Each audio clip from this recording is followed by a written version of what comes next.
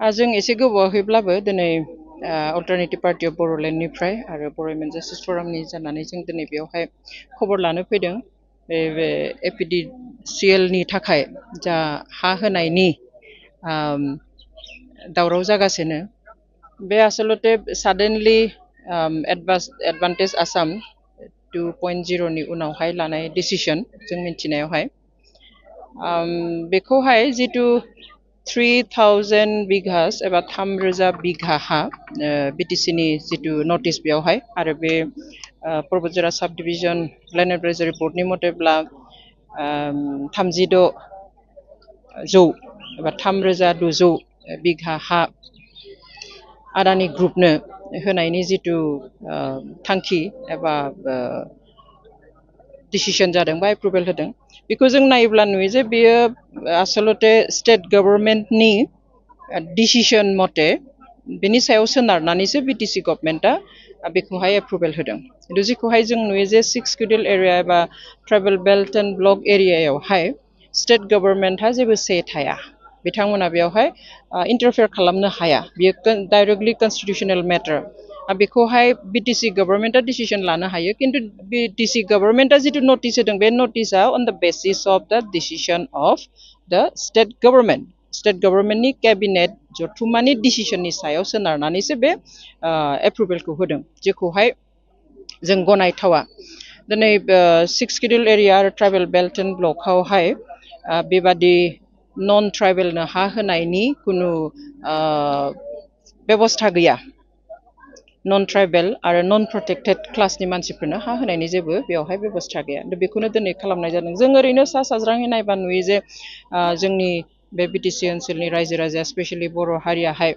खोलोब खोलोब दिनै 60-70 बोसोर आन्दलन खालामबोबाय गावनि हानि मोन्थायनि थाखाय गावनि राजखान्थियारि मोन्थायनि थाखाय गावनि जा सिनायथि बे मोन्थायनि थाखाय गासैबोनि उनावहाय दिनै एकर्ड 3 जालांबाय बेनि उनाव दिनै जुदि आरो जौगाथायनि मुङाव बेबादि हाजार हाजार बिघा जुदि दिनै गुबुननो हगारनानै होयोब्ला बे बेसेबां माने गिथाव बाथ्रा गिथाव होननानै बेनिखायनो बुंदों जे दिनै बिगासे बिखानै नङा बा हाजारसे हाजारनै बिघा नङा एसेबां बुरजा बिघा आरो जेरावहाय जोंनि मानसिफ्रा माने खहा जागोन डाइरेक्ट खहा जादों दा बेयावहाय खहा जानायाव जोङो खोनानो मोनफैबाय बेयावहाय जे सोरखौबा दासिम ओरैहालागै माने बुजायनो नागिरदों जे फांसे साहा बिफाङाव 2000 होगोन फांसे राबार बिफाङाव 1500 होगोन फांसे गय बिफाङाव 600 होगोन खिन्थु वान टाइम पेमेन्ट जागोन बियो खनसेल' होनाय जागोन बे खनसेल' होनायजों बेसे दिन जानो आरो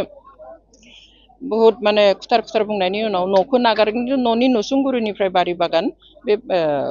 प्रजेक्टनि थाखाय पावार प्लान्टेसननि थाखाय बेयाव हगारनाय जागोन थ' मानसियाथ' न'खौल' लुनानै थानो हाया बारि बागान नांगोन आबाद मावनानै जानो नांगोन फिसा फिसौनि इयुननि खोथा दङ बेवहाय गासै खोथाखौबो साननानैसो खामानिखौ मावनांगौमोन specially 6 schedule area tribal belt and ब्लकआवहाय जोंहा जितु गावनि खुंथाय बेबस्था मोनदों बेयावहाय फार्स्ट प्रायरिटिया जानांगौ रायजो फार्स्ट प्रायरिटिया जानांगौ जोंनि बे ओनसोलाव थानाय संगठनफोर बायदिसिना हान्जाफोर जायफोरजों रायजो लानानै माने प्रायर कनसेन्ट लानांगौ आनखि इउनाइटेड नेशन्सआवबो बे जोंनि राइट्सआव लिरनाय दङ जे थागिबि फिसाफ्रा ट्राइबेलफ्रा एबा इन्डिजिनियासफ्राहाय बिसोरनि एरियायाव जुदि माबा मोनसे मावनो नागिरबा इभेन सोरखाराबा जुदि फिसा मोनसे इनस्टिट्युट गायसननो नागिरदोंब्लाबो बे ओनसोलनि थागिबि फिसाफोरनिफ्राय माने प्रायर कनसेन्ट लाग्रोनो नांगौ सिगाङावनो मिथिहोग्रोनांगौ दा जोंनियावबो बेयाव अन्तत बिटिसि गभर्नमेन्टआ बेखौ खालामनो हायोमोन गासैबो संगठनफोर गासैबो हान्जाफोर आरो बे ओनसोलनि रायजो राजाखौ लिंनानै जिरायग्रोनो हायोमोन जे बेबायदि मोनसे प्रप'जाल फैदों स्टेटनिफ्राय बा एपिडिसिएलनिफ्राय थ' बिनि नेगेटिभ पजिटिभ बेफोर एफेक्टफोरखौ बुंनानैहाय सावरायना लाग्रोनायमोनब्ला दिनै बे अबस्थाया जानाय नङामोन बेवहाय बे दुखुनांथाव जादों आरो मोनसे खोथाया जाबाय साख्रिनि खोथा बुंदों बे जोङो मिनिगोनसो ना मा बुंगोन माने बुंथावा दिनै मा ओंथियाव माबा एग्रिमेन्ट जादों नामा जे खामानि स्टार्ट जायोब्ला 18निफ्राय 20,000 साख्रि मोनगोन होननानै मैया आङो CEM बिथां प्रमद बर'नि खुगायाव खोनादों मैया मोनसे आं ससियेल मिडियायाव नुदों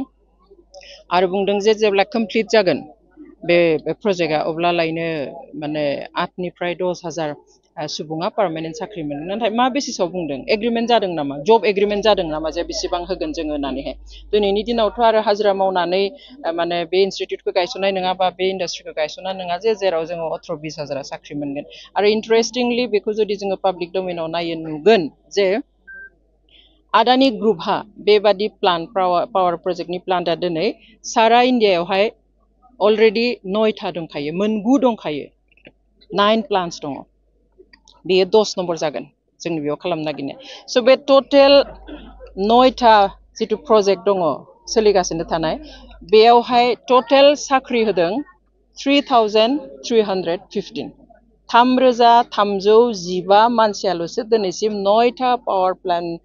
माबायावहाय प्रजेक्टआव खामानि मावगासिनो दङ। थ' आदानि ग्रुपखौ जोङो साख्रि होग्रा ग्रुप होननानै मिन्थिखाया। बिथांमोना साख्रि क्रिएट खालामग्रा बा जब क्रिएट खालामग्रा ग्रुपानो बा इन्स्टिटिउसनानो नंखाया। बेवहाय 9था माबायावसो प्लान्टआवसो प्रजेक्टआवसो बिसोरो 3,315 मानसिनो साख्रि होदों। अब्ला बेयाव मोनसेयाव माब्रै 8 to 10,000, 8निफ्राय 10,000 माब्रै साख्रि होनो? बेवहाय गावनि मानसिखौ बेबादि फोलायालासेनो थगायालासेनो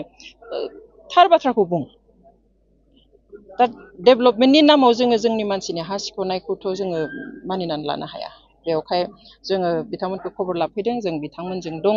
दुखुनि समाव जोंनि आइ आफा रायजो राजाजों जों गसंदों, जों सोंदों माबायदि जां, आरो खोनाफैदों जे सानफ्रोमबो